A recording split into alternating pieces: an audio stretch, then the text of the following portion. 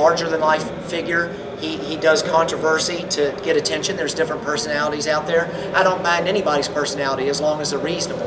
Sometimes he's a little unreasonable, and he knows it.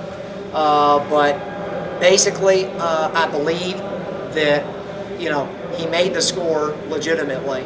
A lot of people doubt it. I believe he made it, and I know he's a legitimate player. I've seen him at California Extreme in 2005. I saw him cross over 1 million. I saw him do it, and I know it was on factory settings. I independently confirmed that with a guy that ran the show and locked the game. So, everybody's saying he can't play. It was bugging me years ago. Different people were saying he can't play. It's bullshit. I've seen him cross 1 million myself. I'm not defending or supporting the guy necessarily. I'm just stating facts. So, but again, basically, it would be my goal for him and a few other characters in the hobby to ratchet down their personality and their in-your-face maybe 5 notches. I'm a little adamant, but I'm not rude or in your face.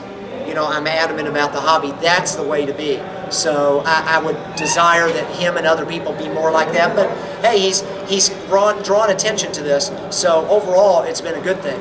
So that's my thought about Roy. Okay, and then do you think they'll ever make like a King of Missile Command contest or something like that? Or like further movies like King of Kong? I don't think so. King of Space Invaders or something? Yeah, because you've got to have, I don't know, it's possible because Roy versus, there's another guy, Jeff Blair, and then Tony Temple has the top score. Jeff Blair just beat, a while back, he didn't turn it in April, I believe it was. He beat Roy's score on Roy's less sensitive rolling settings. So he's beaten that. I think he got 1-8. Now, I don't know it for a fact. I'm taking his word, but I pretty much guarantee Jeff is 100% legit. Because I can read people. I'm a salesman. I believe him 100% that he made 1.8-ish, I believe was his score, on the harder to roll settings. Tony plays at the easier to roll settings. It's player's choice. I agree with that. Okay, and that's that slower trackball that's harder to manage or whatever. Okay, and you were talking about the Player of the Year contest. Is that the 1985 one? It was, let's see, what do they call it? I guess it was Player of the Year. There's another name for it. I forget the other name, but actually it was a combination of the Player of the Year and the North American Video Game Championship. It's either championship or challenge. Walter has these larger-than-life names for his events. I just make it simple. I call mine the ClassicArcadeGaming.com, which is my website, tournament. And next year is going to be the 5th edition. So everybody type in Classic Arcade Gaming. Should be the first match in Google, but it's ClassicArcadeGaming.com. There's my shameless plug, James. But the Player of the Year contest, gosh, I wish I could remember. It's not commemorative, but it's something that starts with the letter C. There was an alternate name for it. But basically, they handed out what they thought were the top 3 players of the previous year. That was an awards ceremony, and then they had a separate contest, not a tournament, a contest where everybody would try, or excuse me, I'll take that back. It was actually a tournament. I forgot. They combined the scores, where everybody played 4 games, and you got to see your best overall result between those 4 games against everybody else. That's a tournament. So it was a combination event. They had the tournament and the Player of the Year. Okay, well there's a story floating around on the internet about January 1985 Player of the Year contest with Phil Britt on ET Tonight, 22 players, and then there was some story about a whiz kid that walked in there and beat everyone that was there. So what was that all about? The only sad part, and I joke about him, this guy's name was Tony. Well, this boy's name was Tony Wiener. He was 8. Tony Wiener.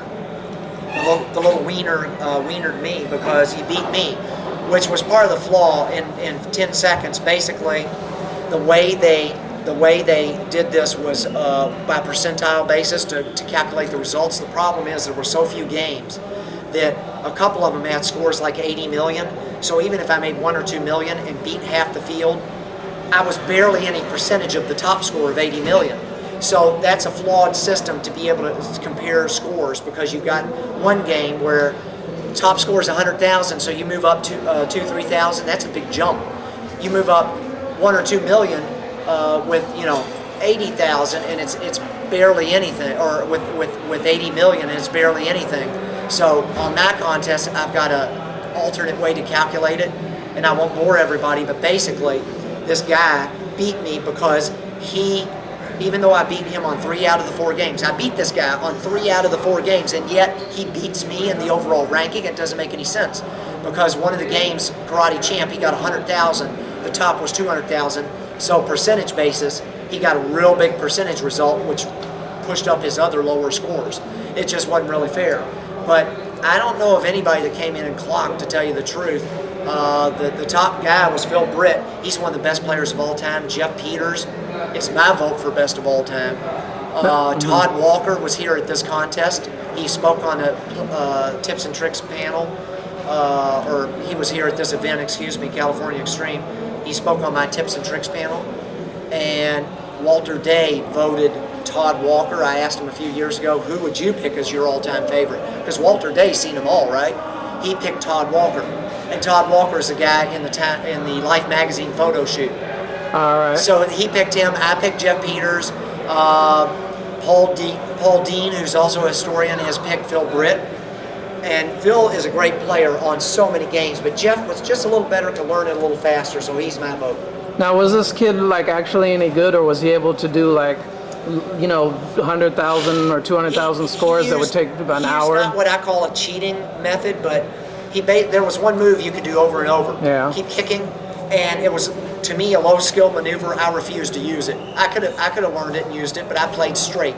30,000 is what I made. He made 100,000. It was within the rules of the contest, no problem. But I'm not going to play that way.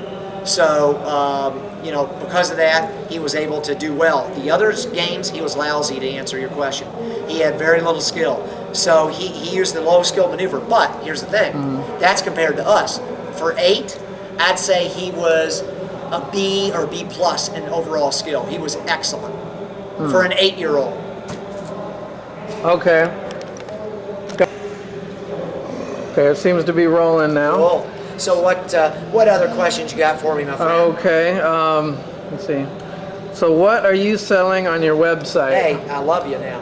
love you like a brother, man. Basically, on my website, we just went over at classicarcadegaming.com. I sell DVDs. You got a couple from me. I sure appreciate it. Me playing Crystal Castles at a world-class pace. Donald Hayes on Millipede.